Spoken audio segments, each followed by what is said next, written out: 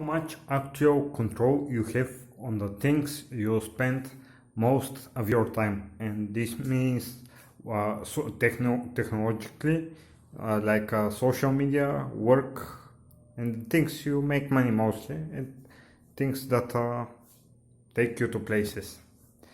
And first, social media accounts, e-commerce platforms, and e-commerce marketplaces.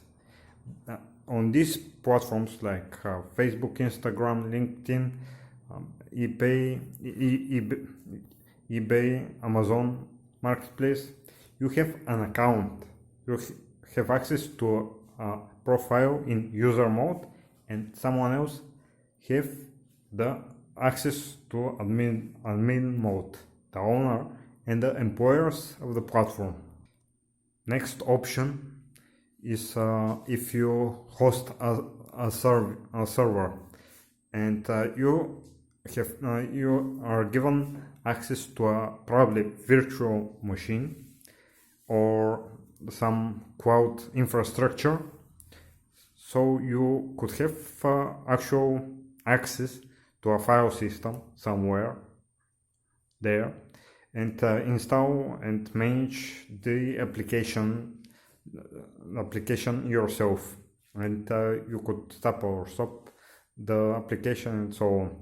But you have access to a virtual server by contract, and the owner of the actual hardware and the software, the legal owner, and the employees probably have access to the file system of your application.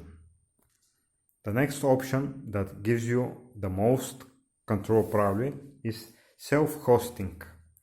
It gives you full control over the hardware and the software, but it comes with some cons, like the thing that you have to manage and maintain the hardware and fix any malfunctioning hardware, and probably have copies of the hardware and the software in many places, hopefully on remote places. So if something happens onto the servers in one place, the others could handle the requests. The next thing is legal ownership. When you are an employee or a freelancer, a contractor, the end result of your product, code, programming code, writings, design stuff, the end product ends up not belonging to you, but the person that gives you money for that work. So there are probably some other ways that, for example, if you have service that depends on the service of third party or the data of third party. If the third party changes its mind, you are out of the flow, out of service. You will become obsolete.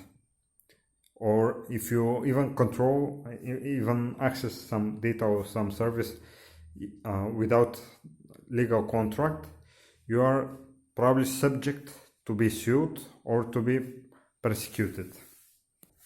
The next thing is technologically, the tools you use to create your stuff. It is no coincidence that all big corporations create their own programming languages, their own programming in the IDEs platforms from which they code. It is no coincidence that they all provide their own platforms, services, frameworks, even hosting services, and so on. It is no coincidence. And in the last, what is your target platform that your thing works on?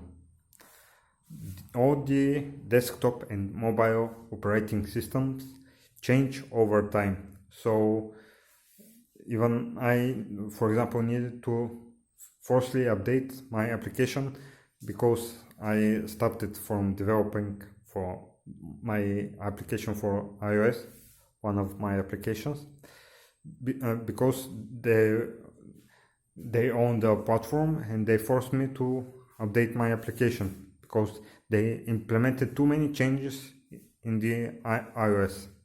So all the desktop and mobile platforms change, even the cars change. If you create something for cars, the cars are getting very, very digital, and the things that probably don't change a lot are some basic things like in the physics field, in the engineering field, and electricity.